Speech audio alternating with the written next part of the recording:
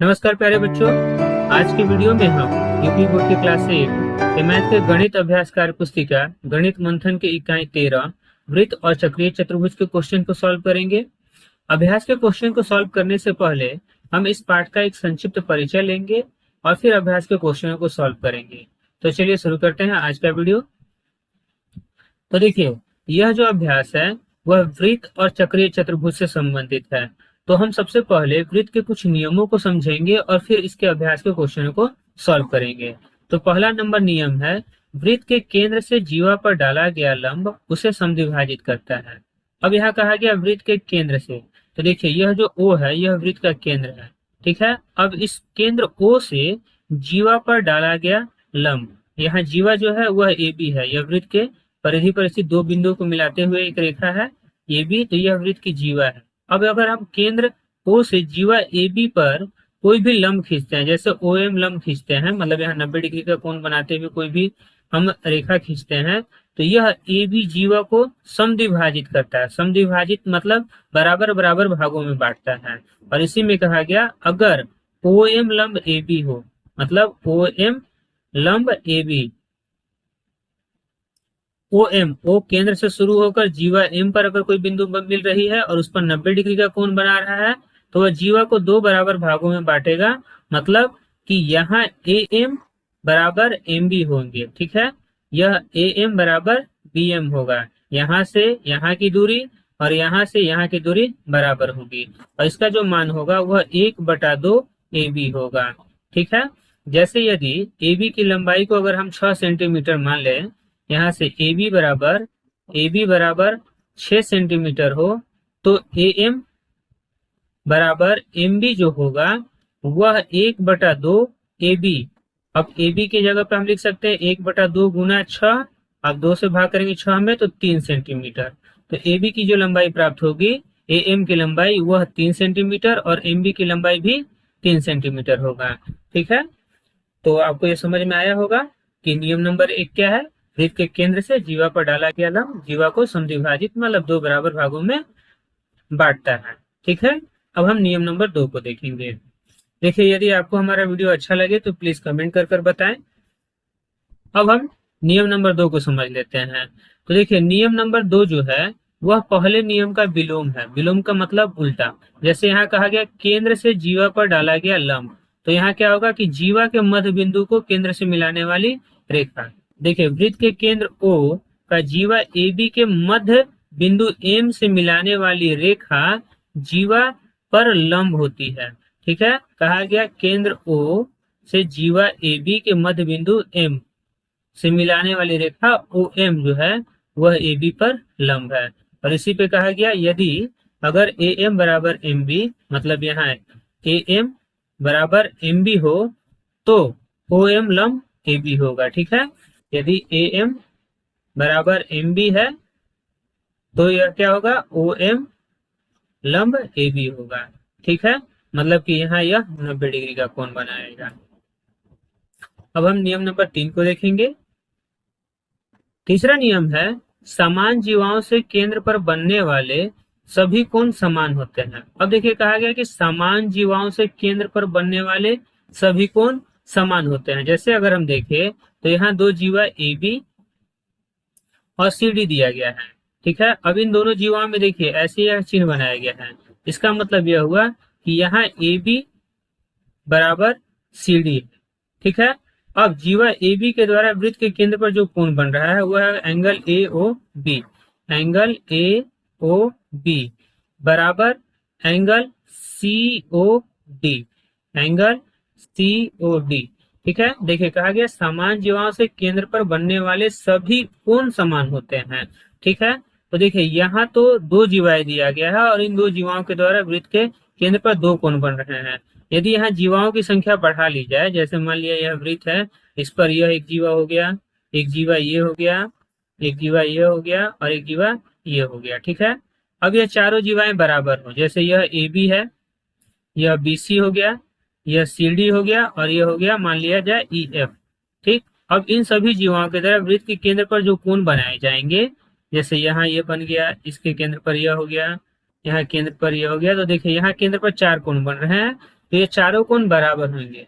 कब? जब यह चारों जीवाएं बराबर हो। तो हम लिख सकते हैं यदि ए बी बराबर बी सी बराबर सी डी बराबर ई एफ, तो अब देखिए ए बी के द्वारा बनेगा angle A O B, B C के द्वारा बनेगा angle B O C, C D के बराबर बनेगा एंगल सी ओ डी, और ई एफ के द्वारा बनेगा एंगल ई ओ एफ। तो ये सभी बराबर होंगे। ठीक है, यहाँ ऐसा होता क्यों है कि ये जो जीवाएं हैं वह केंद्र पर बराबर कोण कैसे बनाती हैं? तो देखिए ये दोनों जीवाएं बराबर हैं। अब अगर हम देखें तो त्रिभुज सीओडी में सीओ बराबर ओडी, सीओ ओडी एओ और ओबी, ये चारों जो हैं यह वृत्त की त्रिज्या है। तो वृत्त के केंद्र से वृत्त की परिधि पर मिलाने वाली रेखा वृत्त की त्रिज्या होती है। ठीक है, तो यहाँ ओबी बराबर एओ बराबर ओसी बराबर ओडी, क्यों? क्योंकि ये सभी वृत्त की त्रिज्या है। अब देखिए यदि अगर हम देखें त्रिभुज ए ओ बी में, तो यहाँ ए ओ बराबर ओ बी हो गया। ठीक है, मतलब कि यह एक समद्विबाहु त्रिभुज हुआ। तो समद्विबाहु त्रिभुज में बराबर भुजाओं के सम्मुख कोण बराबर होते हैं। जैसे यहाँ ए ओ और ओ बी दो बराबर भुजाएं हैं, तो ए ओ का सम्मुख कोण होगा कोण बी और बी ओ का कोण सम्मुख होगा कोण ए, ये दोनों कोण बराबर होंगे। ठीक है, इसी प्रकार यहाँ भी यह दोनों कोण बराबर होंगे। तो देखिए यह त्रिज्या ओडी बराबर ओबी है, मतलब यह भी कोण इसके बराबर होगा और यह भी कोण, मतलब कि चारों कोण बराबर होंगे। अब जब चारों कोण बराबर होंगे तो एक त्रिभुज में यह दोनों कोण मान लिया जाए बराबर है और यह भुजा भी बराबर है। तो यह संगत कोण और संगत भुजाएं बराबर हैं, तो यह भी कोण जो होगा वह बराबर ही होगा। ठीक है, अब हम नियम नंबर 4 को देखेंगे। नियम नंबर 4 है चक्रीय चतुर्भुज के चारों शीर्ष वृत्त पर होते हैं। अब देखिए यहाँ शब्द इस्तेमाल किया गया चक्रीय चतुर्भुज। तो चक्रीय चतुर्भुज क्या होता है? तो वृत्त के परिधि पर स्थित किन्हीं चार बिंदुओं को, यह वृत्त है और वृत्त की परिधि पर देखिए यह जो कोण बिंदु डी है यह वृत्त की परिधि पर है। इसी प्रकार बिंदु ए वृत्त की परिधि पर है, बी वृत्त की परिधि पर है और सी भी वृत्त की परिधि पर है।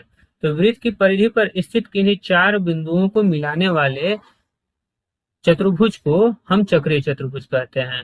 और इसी पर कहा गया कि चारों शीर्ष वृत्त पर ही होते हैं, यह ना तो वृत्त के अंदर और ना ही बाहर होते हैं। जैसे अगर मान लिया जाए यह वृत्त है और इस वृत्त के अंदर यहाँ पास अगर कोई शीर्ष है चतुर्भुज का, जैसे यह चतुर्भुज मैंने बनाया ए बी सी डी, तो देखिए यह जो चौथा शीर्ष है यह वृत्त के अंदर है, तो इसे हम चक्रीय चतुर्भुज नहीं कहेंगे। इसी प्रकार अगर हम कोई दूसरा चित्र बना ले, जैसे यह बना लिया हमने और इसका नामकरण किया ए बी सी डी, तो देखिए ए बी और सी वृत्त की परिधि पर तो स्थित है, परंतु शीर्ष डी जो है वह वृत्त के बाहर स्थित है, इसलिए इसे हम चक्रीय चतुर्भुज नहीं कहेंगे। ठीक है, तो उम्मीद है कि आपको यह दोनों नियम समझ में आ गया हो। समान जीवाओं से केंद्र पर बनने वाले सभी कोण समान होते हैं और चक्रीय चतुर्भुज के चारों शीर्ष वृत्त पर होते हैं। ठीक है, अब हम अगले नियम को देखेंगे। नियम 5 है चक्रीय चतुर्भुज के सम्मुख कोणों का योग 180 डिग्री होता है। अब देखिए यहाँ यह चतुर्भुज ए बी सी डी ये चारों शीर्ष वृत्त के परिधि पर हैं। ठीक है, अब इनके जो सम्मुख कोण है, जैसे कोण ए का सम्मुख होगा कोण सी और कोण बी का सम्मुख होगा कोण डी, तो यहाँ कोण ए प्लस कोण सी का जो मान होगा वह 180 डिग्री होगा और कोण बी प्लस कोण डी का जो मान होगा वह भी 180 डिग्री होगा। और इसी पर कहा गया चक्रीय चतुर्भुज के सम्मुख कोणों का योग 180 डिग्री होता है। ठीक है, नियम नंबर 6 है वृत्त पर स्थित सभी बिंदु चक्रीय बिंदु होते हैं। बिंदु ए बी सी और डी चक्रीय बिंदु है। अब देखिए कहा गया वृत्त पर स्थित सभी बिंदु, जैसे यह वृत्त है और इसकी परिधि पर जो भी बिंदु है, जैसे ए है बी है सी है डी है, तो इन बिंदुओं को हम चक्रीय बिंदु कहेंगे। अगर वृत्त के परिधि के अंदर या बाहर हो तो हम उसे चक्रीय बिंदु नहीं कहेंगे। जैसे मान लिया कि यह बिंदु P है जो कि वृत्त के अंदर है, तो इसे हम चक्रीय बिंदु नहीं कहेंगे। ठीक है, अगर मान लिया कि यहाँ बिंदु R है तो यह वृत्त के बाहर है, वृत्त के परिधि पर नहीं है, इसलिए इसे भी हम चक्रीय बिंदु नहीं कहेंगे। तो हम चक्रीय बिंदु हम उन्हें ही कहेंगे जो वृत्त की परिधि पर हो। ठीक है, तो यह भी दोनों नियम आपको समझ में आ गया होगा कि चक्रीय चतुर्भुज के सम्मुख कोणों का योग 180 डिग्री होता है। वृत्त पर स्थित सभी बिंदु चक्रीय बिंदु होते हैं। ठीक है, अब हम अभ्यास के क्वेश्चन को करेंगे। क्वेश्चन नंबर 1 है, पार्श्व चित्र में एक वृत्त है जिसका केंद्र O है, जीवा AB और त्रिज्या OP है। नीचे दी गई सारणी में रिक्त स्थानों की पूर्ति कीजिए। अब देखिए यहाँ त्रिज्या OA, जीवा AB, लंब OP दिया गया है। ठीक है, OP यह लंब है, OA यह त्रिज्या है और AB यह वृत्त की जीवा है। ठीक है, अब देखिए यहाँ इन तीनों में से, अब देखिए यहाँ यह तीनों मिलकर एक त्रिभुज का निर्माण कर रहे हैं, त्रिभुज AOP। ठीक है, अब इसमें हम देखें तो OP लंब AB है, इसका मतलब यहाँ 90 डिग्री का कोण बन रहा है।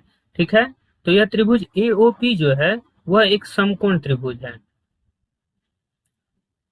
अब समकोण त्रिभुज में क्या होता है, तो समकोण त्रिभुज में पाइथागोरस प्रमेय लागू होता है।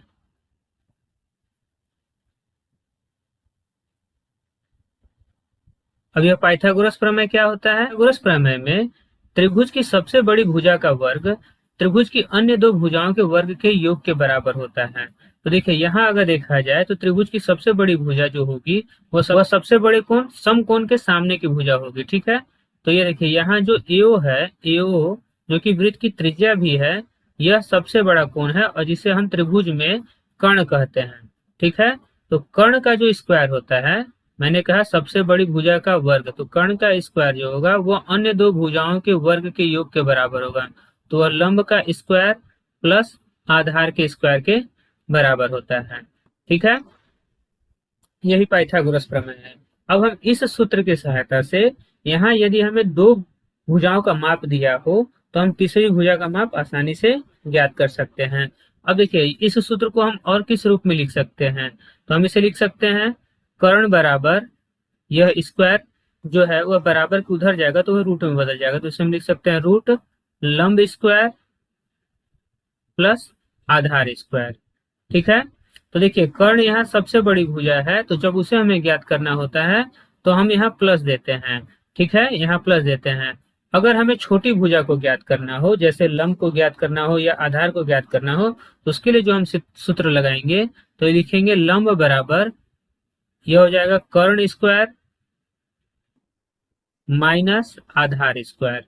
ठीक है, यह रूट में होगा। ठीक, इसी प्रकार यदि हमें आधार को ज्ञात करना हो तो हम लिख सकते हैं आधार बराबर अंडर रूट कर्ण स्क्वायर माइनस लंब स्क्वायर। ठीक है, तो यहाँ अगर हमें तीन भुजाओं में से कोई दो भुजाओं का माप ज्ञात हो तो हम तीसरी भुजा का माप आसानी से ज्ञात कर सकते हैं। तो देखिए पहले नंबर प्रश्न में यहाँ त्रिज्या और जीवा की माप दिया गया है और हमसे लंब की माप को पूछा गया है। ठीक है, और दूसरे नंबर प्रश्न में हमसे त्रिज्या की माप को पूछा गया है और जीवा तथा लंब के माप को दिया गया है। ठीक, देखिए यहाँ तो हमने यह जान लिया कि हमें किस सूत्र का प्रयोग करना है। अब हम इन्हीं सूत्रों का प्रयोग करके हम तीसरी भुजा की माप को ज्ञात करेंगे। तो देखिए पहले नंबर में त्रिज्या बराबर 5 सेंटीमीटर, तो यह त्रिज्या है, इसकी माप को 5 सेंटीमीटर दिया गया है और जीवा बराबर 8 सेंटीमीटर दिया गया है। तो जीवा यहाँ A से लेकर यहाँ B तक की दूरी जो दिया गया है वह 8 सेंटीमीटर दिया गया है। ठीक है, और लंब OP पूछा गया है, यह लंब OP की माप को पूछा गया है।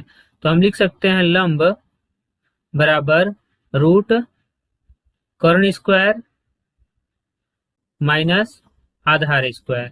ठीक है, तो देखिए आधार जो होगा वह A से B तक नहीं होगा, आधार AP तक होगा।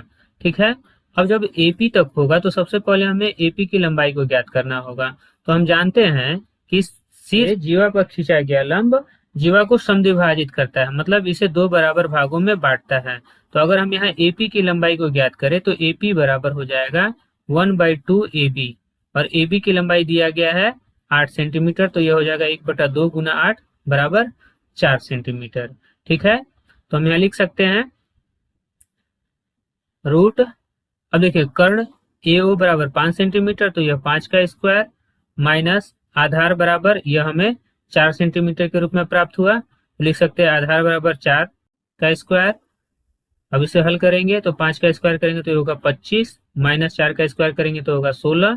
अब 25 में से 16 को माइनस करेंगे तो ये होगा 9, और 9 का जब वर्गमूल करेंगे तो हमें 3 प्राप्त होगा। इसका मतलब जो लंब ओपी है इसकी लंबाई जो होगा वह 3 सेंटीमीटर होगा।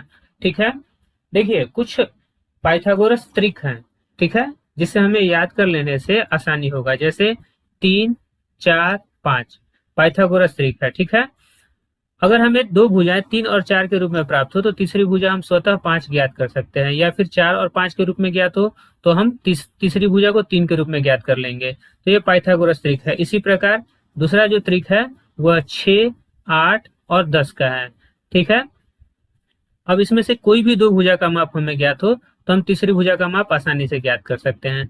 जैसे देखिए यहाँ लंब को दिया गया है 4 सेंटीमीटर, यह जो लंब है यह दिया गया है 4 सेंटीमीटर। दूसरे क्वेश्चन में देखिए लंब दिया गया है 4 सेंटीमीटर, यह दिया गया है 4 सेंटीमीटर, और जीवा दिया गया है 6 सेंटीमीटर, यहाँ से लेकर यहाँ तक की दूरी दिया गया है 6 सेंटीमीटर। तो एपी जो होगा वह 3 सेंटीमीटर इसका आधा होगा।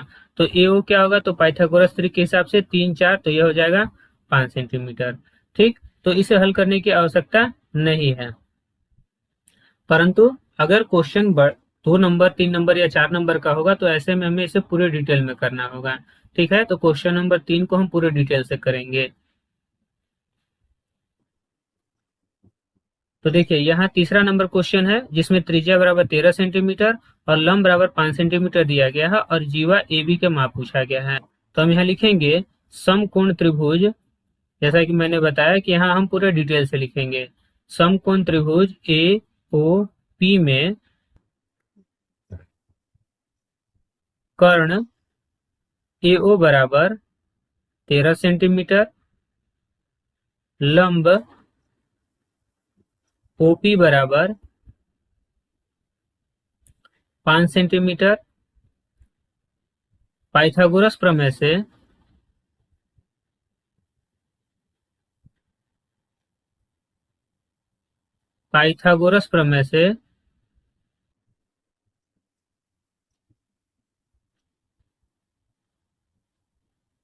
आधार बराबर रूट कर्ण स्क्वायर माइनस लंब स्क्वायर। तो यहाँ कर्ण है एओ 13 सेंटीमीटर तो ये हो जाएगा 13 का स्क्वायर, माइनस लंब है 5 सेंटीमीटर तो ये होगा 5 का स्क्वायर, या रूट 13 का स्क्वायर हो जाएगा 169 और 5 का स्क्वायर होगा 25। इसे घटाने पर प्राप्त होगा 144 और 144 12 का वर्ग है, तो हम यहाँ लिख सकते हैं 12 सेंटीमीटर। तो देखिए जो 12 सेंटीमीटर प्राप्त हुआ वह आधार है, आधार जो है वह एपी है, ठीक, यहाँ से लेकर यहाँ तक का। अब यहाँ अगर हमें एपी बराबर 12 सेंटीमीटर प्राप्त हुआ है और जीवा ए भी पूछा गया, यहाँ से यहाँ तक की लंबाई पूछा गया है, तो हम लिखेंगे चूंकि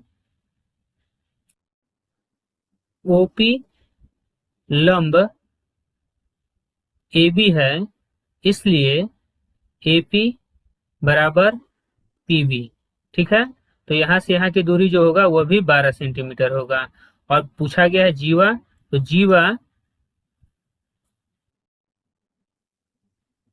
जीवा ए बी बराबर 12 + 12 बराबर 24 सेंटीमीटर।